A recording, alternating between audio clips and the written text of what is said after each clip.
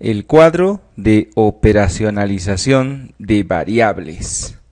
Un cuadro de variables tiene por lo menos 4 columnas y tantas filas como características se observen en las unidades de estudio. En la primera columna anotamos a las variables, en la segunda a los indicadores, en la tercera a los valores finales y en la cuarta al tipo de variable. Un ejemplo de variable es el peso y también lo es el índice de masa corporal. Si evaluamos el peso de una persona, puede que pese 70 kilogramos. Y si evaluamos su índice de masa corporal, podría ser 25 kilogramos sobre metro al cuadrado. Para conocer el valor del peso de una persona, solo se requiere evaluar su propio peso. En cambio, para evaluar el índice de masa corporal, se requiere del peso y la talla. En el primer caso, se trata de una variable con un solo indicador. Se les conoce como unidimensionales. Las variables que tienen más de un indicador son denominadas multidimensionales. Esto es la dimensionalidad de las variables. El tipo de variable va a depender de si se trata de una variable categórica o de una variable numérica. Las variables categóricas son nominales y ordinales. Las variables numéricas son de intervalo y razón. El manejo estadístico de una variable nominal y una variable ordinal es distinto. Por eso, el cuadro de operacionalización de variables representa el análisis estadístico que vamos a realizar más adelante. En cambio, el manejo estadístico de una variable en escala de intervalo es idéntico al manejo de una variable en escala de razón. Pero si de variables numéricas se trata, las variables continuas tienen un comportamiento distinto a las variables discretas. Esto es, hablando de variables numéricas. La primera variable peso es una variable continua porque acepta valores negativos como 70,23 y lo mismo para el índice de masa corporal. Un ejemplo de variable discreta y que sea numérica sería el número de hijos. Una persona no puede tener 1,5 hijos, siempre tendrá que ser un número entero. Por eso, en este caso, se trata de una variable discreta.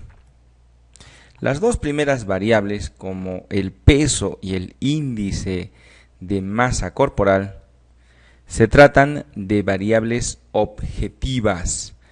Entonces, otro concepto que tenemos que aprender acerca de la dimensionalidad es que hay dimensiones físicas, como el peso, la talla o la temperatura, y también existen dimensiones lógicas, como el dolor o la calidad de la atención.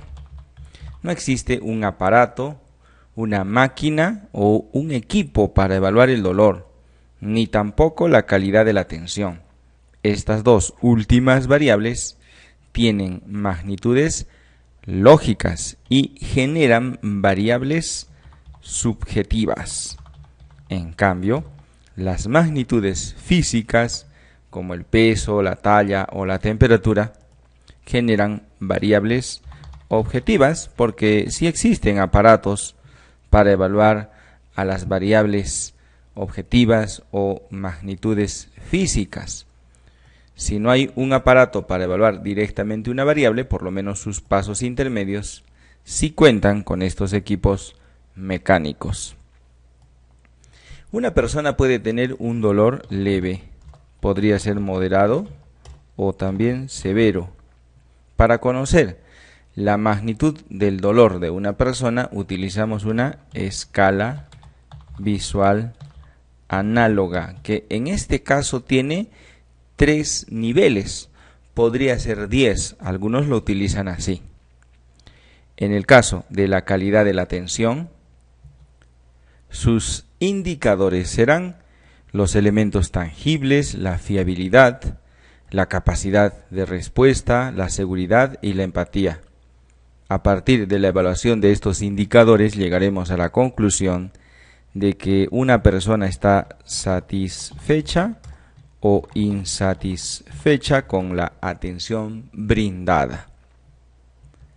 Todas las variables subjetivas que provienen de medir magnitudes lógicas siempre son categóricas, así que habrá que decidir si nuestras variables dolor y calidad de la atención son nominales u ordinales. En el primer caso hay un orden entre sus categorías y en el segundo no. Por eso anotaremos ordinal y nominal respectivamente. Hasta este momento hemos aprendido 2 conceptos muy importantes, el de la dimensionalidad. Hay variables con una sola dimensión, como el peso o el dolor, y hay variables con múltiples dimensiones, como el índice de masa corporal y la calidad de la atención. Además, las variables pueden ser objetivas si es que existen aparatos para evaluar sus indicadores, o subjetivas si tienen que ser evaluadas por instrumentos que no son mecánicos y se les denomina documentales. Por otro lado, las variables son de tipo categórico y numérico. Si se trata de una variable categórica, habrá que diferenciar entre la nominal y la ordinal porque su manejo estadístico es distinto. En cambio, en las variables numéricas diferenciamos entre continuas y discretas porque éstas tienen un análisis estadístico diferente. Ahora vamos a introducir el tercer concepto, que es el de la relación entre las variables.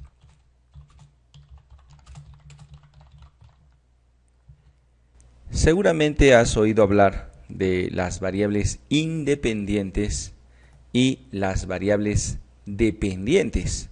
Pues bien, esta terminología se utiliza únicamente cuando el estudio es de nivel explicativo. Vamos a comenzar a colocar los nombres de las variables desde el nivel más básico, desde el descriptivo. En un estudio descriptivo tenemos a una variable que se denomina variable de interés. Vamos a suponer que nuestra variable de interés es la variable diabetes. Por lo tanto, tendríamos que conocer la frecuencia de diabetes y también nos interesaría conocer las características de los diabéticos. A estas características se les denomina variables de caracterización. Y en el caso de estudiar pacientes diabéticos, tal vez nos interesaría saber si son sedentarios, si consumen alcohol, si tienen falta de sueño o si presentan obesidad. Son características que podrían interesarnos conocer en un estudio descriptivo. Entonces tenemos a las variables de caracterización y también tenemos a nuestra variable de interés, que en este caso es la variable de estudio. Entonces anotaremos que la variable de estudio en nuestro ejemplo es la diabetes. Esto es en un estudio descriptivo. Veamos ahora cómo es en un estudio relacional. En un estudio relacional vamos a relacionar, como dice su nombre, a las variables que están en el primer grupo con la variable del segundo grupo, cuestión que no se realiza en un estudio descriptivo. En un estudio descriptivo queremos conocer la frecuencia de diabetes y también la frecuencia de diabetes según sus otras características sin llegar a desarrollar una prueba de hipótesis. En cambio, en un estudio relacional sí realizamos la prueba de hipótesis.